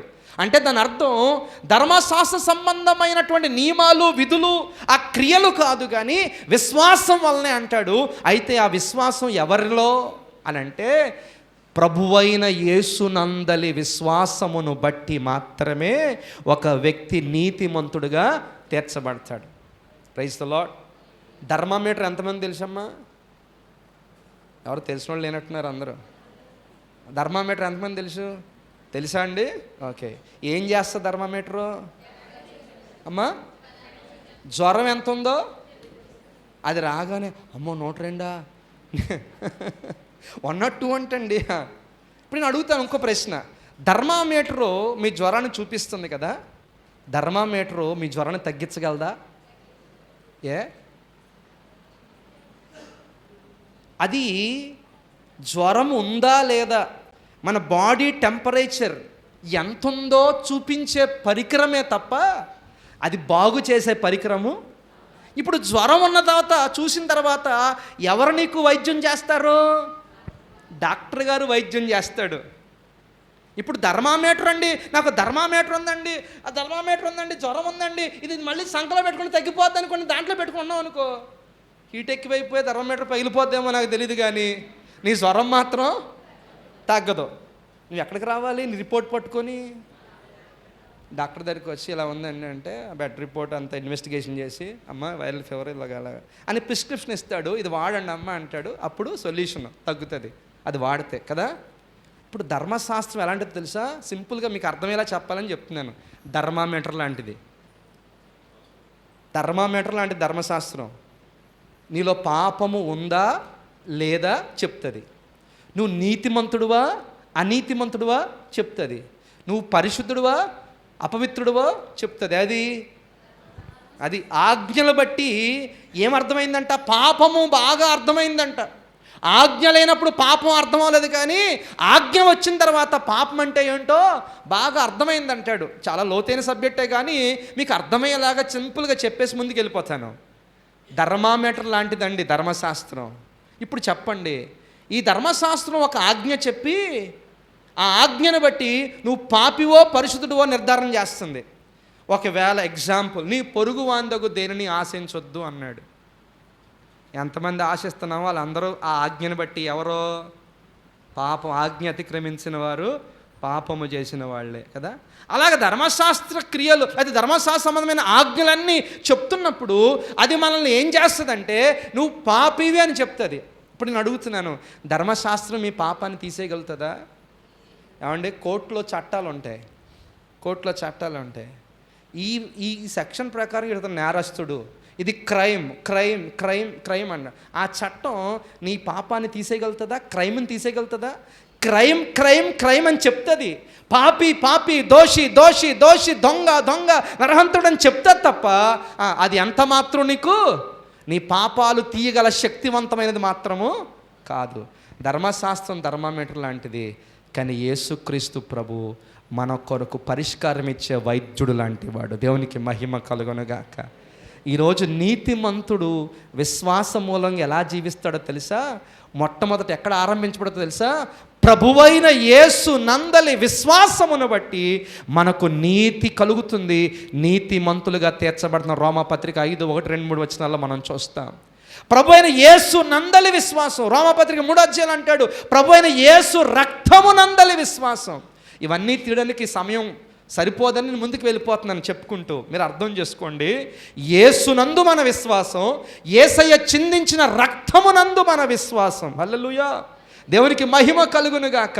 గమనించండి, ఈరోజు మన విశ్వాసం ఒక మనిషి మీద కాదు. ఈరోజు మన విశ్వాసం ఏదో ఒక స్థలం మీద కాదు. ఏదో మన విశ్వాసం ఒక దీపాలు కొవ్వొత్తుల మీద కాదు. మన విశ్వాసం ఏదో నూనె బాటిల్స్ మీద కాదు. మన విశ్వాసం కర్చీఫుల మీద కాదు. మన విశ్వాసం మరొక సేవకుడి మీద కాదు. మన విశ్వాసం మన కొరకు ప్రాణం పెట్టి చనిపోయి తిరిగి లేచిన ప్రభువైన యేసు నందు మన విశ్వాసం. ఆయన మనకు అమూల్యమైన వాడు అంటాడు పేతురు గారు. Is a precious one. యేసయ్య లేకపోతే మనకేం లేదంటే రక్షణ. అందుకే అంటున్నాడు, బాబు నువ్వు ధర్మశాస్త్రాన్ని బట్టి నువ్వు నీతిమంతుడిగా తీర్చబడలేదు. అదేదో చెప్పింది కొన్ని కార్యాలు చేయమని, అవి చేసినా సరిపోట్లా. ఎన్నిసార్లు పరీక్ష పెట్టినా ఏమవుతున్నావు? నువ్వు ఫెయిల్ అయిపోతున్నావు. నువ్వు పాపిగానే పరిగణించబడుతున్నావు, కానీ పవిత్రత పొందుకోలేకపోతున్నావు. అందుకని ధర్మశాస్త్రానికి మించిన వాడు, ధర్మశాస్త్రమును అంత నెరవేర్చి ఆయన మన కొరకు నీతిని తీసుకొని వచ్చాడు. ఆయనే ప్రభు అయిన యేసుక్రీస్తు. ఇప్పుడు చెప్పండి, ఈరోజు మన అందరిలో విశ్వాసం ఉంది. ఎలా స్టార్ట్ అయింది అని అంటే, ప్రభు అయిన యేసును గూర్చిన సువార్త విని యేసునందలి విశ్వాసముతో ఈరోజు మనం అందరూ ఏం సంపాదించుకున్నామంటే నీతిని పొందుకున్నాము.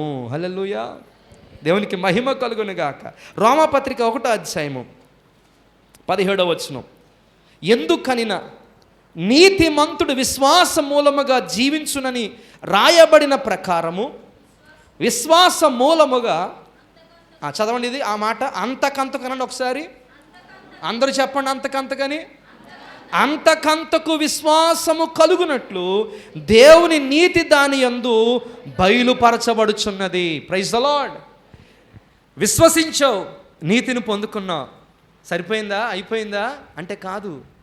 మరి ఏం చేయాలంటే, విశ్వాసము ద్వారా ఈ నీతిని ఎలా పొందుకున్నావో ఇప్పుడు అంతకంతకు విశ్వాసమును నువ్వు కొనసాగిస్తూ ఉంటే అంతకంతకు నీతి నీలో బయలుపరచబడ్డం మొదలు పెడుతుంది. చాలామంది రక్షణ అంటే వన్ టైం వర్క్ అనుకుంటున్నారు. రక్షణ త్రికాలాల్లో జరుగుతుంది. ఒకప్పుడు నేను రక్షింపబడ్డాను, నా పాపాలు క్షమించబడ్డాయి. ఈరోజు నేను రక్షణ పొందుతూనే ఉన్నాను. అనుదినము నన్ను దేవుడు రక్షిస్తూ, నా పాపాలు క్షమిస్తూ, అంటే కడిగివేస్తూ, పరిశుద్ధపరుస్తూ, శాంక్టిఫై చేస్తూ ముందుకు తీసుకెళ్తున్నాడు. ఒక రోజున ప్రభు రాబోతున్నాడు, పాపము నుండి సంపూర్ణంగా నన్ను రక్షించబోతున్నాడు. ఒకప్పుడు పాపం యొక్క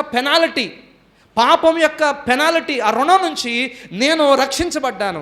ఈరోజు ప్రతిరోజు పాపం యొక్క బలము, పవర్ ఆఫ్ సిన్, పాపము యొక్క బలము నుండి నేను కాపాడబడుతూనే ఉన్నాను. ఒక రోజున పాపము యొక్క ఉనికి నుండి సంపూర్ణంగా పాపానికి నాకు ఎలాంటి కనెక్షన్ లేకుండా ద ప్రజెన్స్ ఆఫ్ సిన్ నుండి నా దేవుడు నన్ను రక్షించబోతున్నాడు. రక్షించబడ్డాను, రక్షింపబడుతున్నాను, రక్షణ పొందుతాను. త్రికాలాల్లో జరుగుతుంది. కనుక ఒకసారి ప్రభు నందు విశ్వాసం ఉంచాను, నేను రక్షించబడ్డాను, బాప్తిస్మంలో నా సాక్ష్యాన్ని ప్రకటించాను, సంఘంలో చేర్చబడ్డాను, నేను హ్యాపీ అని అనుకుంటే సరిపోదు. నీ రక్షణ ఏం చేయాలి? నువ్వు కొనసాగించుకోవాలి. అది ఎలాగా అంటే, ఏ విశ్వాసముతో అయితే నీతిని సంపాదించుకున్నావో, ప్రభు వలన నీతిని పొందుకున్నావో, ఆ విశ్వాసాన్ని నువ్వు అంతవరకు చేపడుతూ, విశ్వాసం నుండి అంతకంతకు విశ్వాసం కలుగుతూ, ఆ నీతిని ఆ నీతిని పొందుకుంటూ, బయలుపరచబడుతూ నువ్వు ముందుకి నీతిమంతుడుగానే కొనసాగాలి. చివరికి వచ్చేసరికి పరలోకం చేరినప్పుడు నువ్వు ఎలా పరలోకం వచ్చావు అని అంటే ఒకటే చెప్పాలి, ప్రభువునందు విశ్వాసం ఉంచాను, ఆయన నాకు నీతిని అనుగ్రహించాడు, ఆ నీతిని బట్టే ఇక్కడికి వచ్చాను పరలోకానికి అని చెప్పాలి సాక్ష్యం. అంతేకాని నేను రక్షణ పొందానండి, ఆ తర్వాత నేను రోజుకి ఇన్ని గంటలు ప్రార్థన అండి, ఇంత పరిచర్య చేశానండి, ఇన్ని కానుకలు ఇచ్చానండి, ఇన్ని గొప్ప కార్యాలు చేశానండి, కాబట్టి నేను నా భక్తిని నేను ఇలా సాధన చేశాను, నా భక్తి ఇలా సంపాదించుకున్నానండి అని నువ్వు చెప్పావు అనుకో, యు ఆర్ డిస్క్వాలిఫైడ్. మీరు ఒకటే, విశ్వాసము ద్వారా కృప చేతనే రక్షింపబడ్డారు. దేవునికి మహిమ కలుగును గాక. రండి ముందుకు వెళ్ళిపోయి మనం ముగించుకుందాం. హబక్కూకు గ్రంథం 2వ అధ్యాయం. హబక్కూకు గ్రంథం పాత నిబంధనలు 770వ పేజీ, 2వ అధ్యాయం 4వ వచనం. వారు యథార్థ పరులు కాక తమలో తాము అతిశయపడతారు, అయితే నీతిమంతుడు విశ్వాసం మూలముగా బ్రతుకును అన్నాడు. చాలామంది విశ్వాస జీవితంలో ముందుకు వెళ్తూ ఉండగా యథార్థత లేని వారు ఉంటారు. అమ్మ చాలామంది ఇలా చూడండి, ఆరంభ శూరులు ఉంటారంట. ఎవరో అంటే అర్థం ఏంటి? ఆరంభం బాగుంటుంది, ఎరగదీసేస్తారమ్మ, నాకు మించిన అంత హుషారు ఉంటుంది అనమాట, చాలా రోషం, చాలా ఉత్సాహంతో స్టార్ట్ చేస్తారు. కానీ మధ్యలోకి వచ్చిన తర్వాత ఏమవుద్ది? బ్రేక్ పడిపోతాయి. అందుకనే ప్రసంగం అంటాడు, కార్య ఆరంభము కంటే కార్య అంతము. మొదట అందరూ ఆత్మీయంగానే ప్రారంభిస్తారు. గలతీలతో అంటాడు, ఓ అవివేకులైన గలతీలారా, మీరు ఎంతలా మోసపోయారేంట్రా బాబు, సువార్తను, యేసుప్రభు సువార్తను విన్నారు కదా, ఆత్మీయంగా ప్రారంభించారు కదా, ఇప్పుడు ఎందుకు శరీరీతిగా మారిపోయారు మీరు? ఎందుకు ఎలా తయారైపోయారు మీరు? చాలామంది అలాగే విశ్వాస జీవితంలో విశ్వాసాన్ని కోల్పోయి పడిపోయే వాళ్ళుగా ఉంటారు. యథార్థ పరులు ఉండరు. శ్రమల మధ్యలో పరిస్థితులు అన్నీ అనుకూలంగా ఉండవు. అనుకూలంగా ఉంటే అందరూ ప్రభువుని నమ్ముకుంటారు. కానీ ప్రతికూలతలు ఎదురవుతూ ఉంటే, ఏదన్నా శోధనలు వస్తూ ఉంటే ఎంతమంది నిలబడతారు? ఏమండి? అలా పడిపోతున్న సమయంలో కూడా హబక్కూకు అంటాడు, ఏమి ఫలించినా ఫలించకపోయినా, ఎవరు నిలబడినా నిలబడకపోయినా, ఎవరు మోకరించకపోయినా, ఎవరు బైబిల్ చదవకపోయినా, ఎవరు సంఘానికి వచ్చినా రాకపోయినా, ఎవరు పరిచయలో సహకరించకపోయినా, ఎవరు నమ్మకంగా ఉండకపోయినా, ఎవరు యథార్థంగా ఉండకపోయినా, నేను నీతిమంతుడిగా విశ్వాస మూలంగా నిలబడతాను ప్రభువా. ఎవరు మోకరించకపోయినా నేను మోకరించి ప్రార్థన చేస్తానయ్యా. ఒకరిని బట్టి నా విశ్వాసం సన్నగలదు, ఒకరిని బట్టి నా విశ్వాసం వెనక్కి వెళ్ళిపోదు. నేను నా ప్రభు అయిన యేసునందు విశ్వాసం ఉంచాను కనుక నీతిమంతుడు ఎలా జీవిస్తాడు? ఎస్. హెబ్రీ పత్రిక 10:38లో ఉన్న కాంటెక్స్ట్ ఏంటంటే, చాలామంది వెనక తీసేస్తున్నారు. చిన్న కష్టం రాగానే, చిన్న శ్రమ రాగానే, చిన్న ఇబ్బంది రాగానే ఏం చేస్తున్నారు? దేవుడు నాకేం చేసేయలేండి అని వెనక్కి వెళ్ళిపోయే మనసుతో ఉన్నారు. అమ్మా చిన్న ఎగ్జాంపుల్ చెప్తాను వినండి. దేవుడు ఇశ్రాయేల్ ప్రజలను ఐగుప్తు నుంచి విడిపించాడు. ఇలా కనానికి వెళ్తున్నారు. సియోను పాటలు సంతోషముగా పాడుచు సియోను అనుకుంటున్నారు. కానీ అరే ఐగుప్తు ఉల్లిగడ్డలు కనబడుతున్నాయి, కీరకాయలు కనబడుతున్నాయి. వాళ్ళ మనసు అంతా ఎక్కడికి వెళ్తుంది? శరీరం ముందుకు వెళ్తుంది, మనసు. చాలామంది విశ్వాసులు కూడా అలాగే ఉన్నారు. ఈరోజు ముందుకు వెళ్తున్నాం అనుకుంటున్నారు, కానీ మనసులో వెనక తీసే పని. మీరు చూడండి, చిన్న ప్రాబ్లం వస్తే వాళ్ళనే ఏమంటారు తెలుసా? ఐగుప్తులో మాకు సమాధులు లేవనా అని మొదలెట్టారు. ఐగుప్తులో మాకు ఆహారం లేదా? ఆ కొండల దగ్గర కూర్చొని తిన్న సంగతులు గుర్తొస్తున్నాయండి వాళ్ళకి. అందుకే ఒక భక్తుడు అన్నాడు, బాబు వీళ్ళని ఐగుప్తులోంచి బయటికి తీసుకొచ్చాడు ఈజీ అయిపోయింది నాకు, 10 రకాల తెగులు. ఒక విధంగా కష్టమే, కానీ ఆయన అంటాడు ఈజీయే దేవునికి. కానీ వీళ్ళ హృదయాల్లో ఉన్న ఐగుప్తు ఉంది చూసారా, లోకం ఐగుప్తు, ఈ హృదయాల్లో దాచిపడి ఉంది కదా, దీన్ని తీయడం దేవుడికి చాలా కష్టమైపోయిందంట. మీకు అర్థమైందా? మీరు ఇంతమంది లోకంలో ఉండేవారు, 1,00,000 మంది లోపలికి వచ్చేసారు సంఘంలోకి, బాగానే ఉంది. లోకంలోంచి మీరు సంఘంలోకి బాగానే ఈజీగా వచ్చేసారు, కొంచెం కష్టం అనుకున్నా బాగానే వచ్చేసారు. కానీ మీలో ఉన్న లోకం తీయాలంటే చాలా కష్టమైపోతుంది. అందుకే అన్నాడు, ఎంతోటోడినైనా నిలబడ్డాను అనుకున్నవాడు పడిపోకుండా జాగ్రత్తగా. అది ఈరోజు హెబ్రీ పత్రికలో చెప్తున్న మాట ఏంటంటే, నీతిమంతుడైన వాడు విశ్వాసముతో ఎలాగ ఆత్మీయ జీవితాన్ని ఆరంభించాడో ముగింపు వరకు ఆ విశ్వాసాన్ని కొనసాగించుకోవాలి. వెనక తీస్తే అతని యందు నా ఆత్మకు సంతోషము ఉండదు. 11వ అధ్యాయంలో విశ్వాస వీరులు చెప్పాడు. మీరు చదువుకోండి తర్వాత.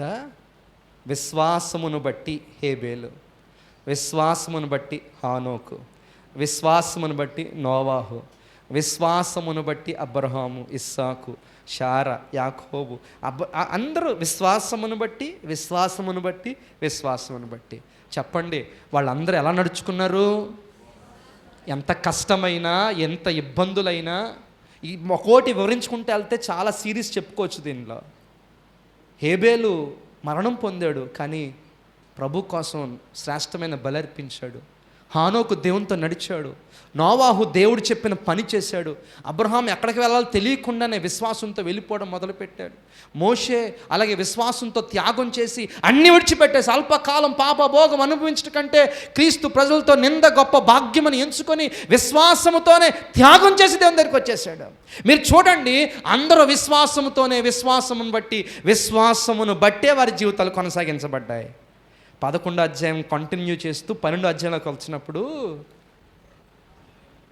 గ్రంథకర్త అంటున్నాడు, అయ్యా ఎంతమంది గొప్పవాళ్ళు ఉన్నారు కదా విశ్వాసాన్ని బట్టి బ్రతికిన వాళ్ళు, సాక్షి సమూహం, వాళ్ళందరూ ఉంటే వండి కానీ మీకు ఒక వ్యక్తిని పరిచయం చేస్తాను. ఈరోజు మన అందరి విశ్వాసానికి కర్త, దాన్ని కొనసాగించేవాడు యేసొక్కడే. హేబేలు మన విశ్వాసానికి కర్త కాదు, ఆయన కొనసాగించడు. ఆయన చనిపోయాడు, వెళ్ళిపోయాడు. సాక్షి సమూహాలన్నీ ఏమైపోయినాయి? వారు చుట్టూ ఉండి కమాన్ మనోజ్ పాల్ దేవుని కొరకు పరిగెత్తు అని చప్పట్లు కొట్టగలుగుతారేమో, కానీ నాలో విశ్వాసానికి కర్తగా వాళ్ళు ఉండలేరు. నా విశ్వాసానికి కర్త ఎవరంటే యేసు ప్రభు మాత్రమే. నేను ముగిస్తున్నాను. ఎవరి వైపు చూడాలి మనం? హేబేలు వైపు చూసి పరిగెడదామా? మీకు ఇష్టమైన క్యారెక్టర్ ఎవరు? షడ్రక్ మేషక్ అబెద్నెగోలా? మోషేనా? ఎవరి వైపు చూసి పరిగెడతావు చెప్పండి ఒకసారి.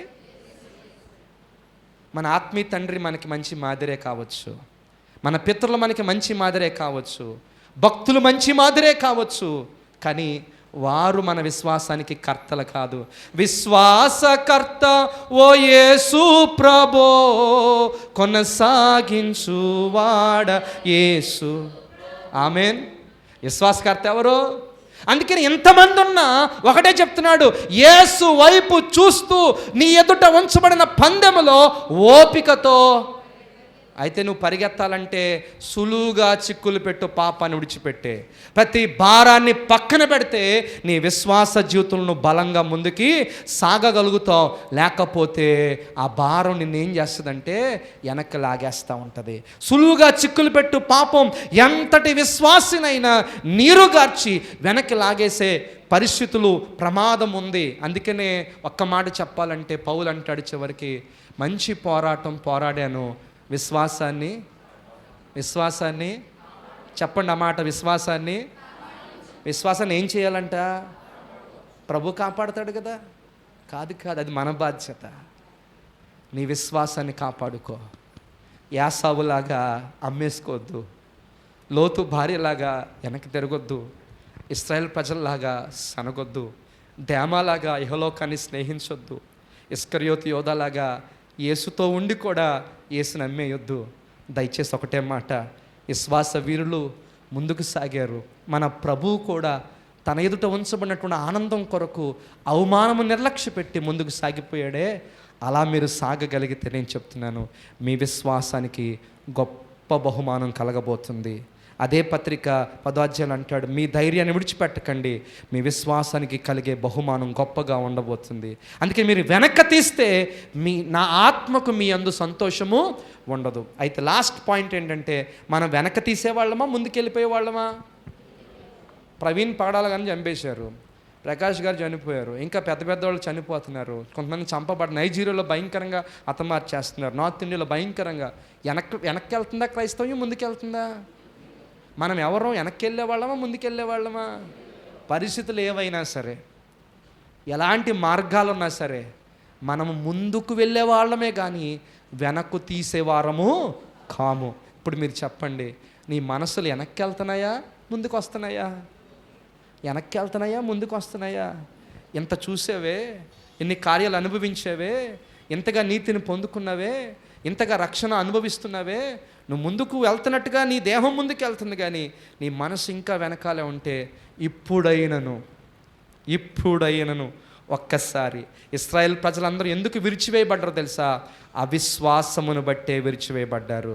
మనమైతే విశ్వాసమును బట్టి నిలబడి ఉన్నాం. ప్రార్థన చేద్దాం. తల్ల వంచండి, కండ్లు మూసుకొనండి. ఒకటే చూడండి, యేసు వైపు చూడండి. యేసు అందరికంటే శ్రేష్టమైనవాడు, అన్నిటికంటే శ్రేష్టమైనవాడు. యేసు రక్తం మనకు శ్రేష్టమైనది. యేసు నందలి విశ్వాసము ద్వారా మనం నీతిమంతులుగా తీర్చబడ్డా. ఆ నీతిమంతుడైన వాడు ఇక ఎలా బ్రతుకుతాడు అని అంటే విశ్వాసం మూలంగానే బ్రతుకుతాడు. పరిశుద్ధుడా, ప్రేమగల తండ్రి, కృపగల దేవా, స్తోత్రాలు. నీవు అందరికన్నా అన్నిటికంటే శ్రేష్ఠుడవు ప్రభా. మా విశ్వాసానికి కర్త నీవు, కొనసాగించువాడువు నీవు నాయనా. ఈరోజు ఒకవేళ ఏ పరిస్థితులు నీ బిడ్డలను ఆటంకపరుస్తున్నాయో, ఎక్కడ నీ పిల్లలు ఆగిపోయారో, ఎక్కడ వెనుతిరిగి చూస్తున్నారో, ఎక్కడ కృంగిపోయారో, ఎక్కడ నిరాశ చెందారో, నా తండ్రి ఆరంభించబడిన విశ్వాస యాత్ర అంతవరకు కొనసాగడానికి సహాయం చేయండి. ఇప్పుడైనా మరొకసారి రీఅలైన్ అయ్యి ముందుకు సాగిపోయే కృపనిమ్మని వేడుకుంటున్నాను ప్రభా. నేను చేయగలిగింది చేశాను, నిష్ప్రయోజనం ఒప్పుకుంటున్నాను, మిగిలిన నీకు అప్పగిస్తున్నాను. నా వర్తమానం ముగించబడుతుంది కానీ ఆత్మకార్యం ఆగదు. మీరే వారిలో నీ కార్యము జరిగించి నీ కృపలో బలపరిచి దీవించమని యేసు నామమున ప్రార్థిస్తున్నాం మా పరమ తండ్రి. ఆమేన్. Thank you brother.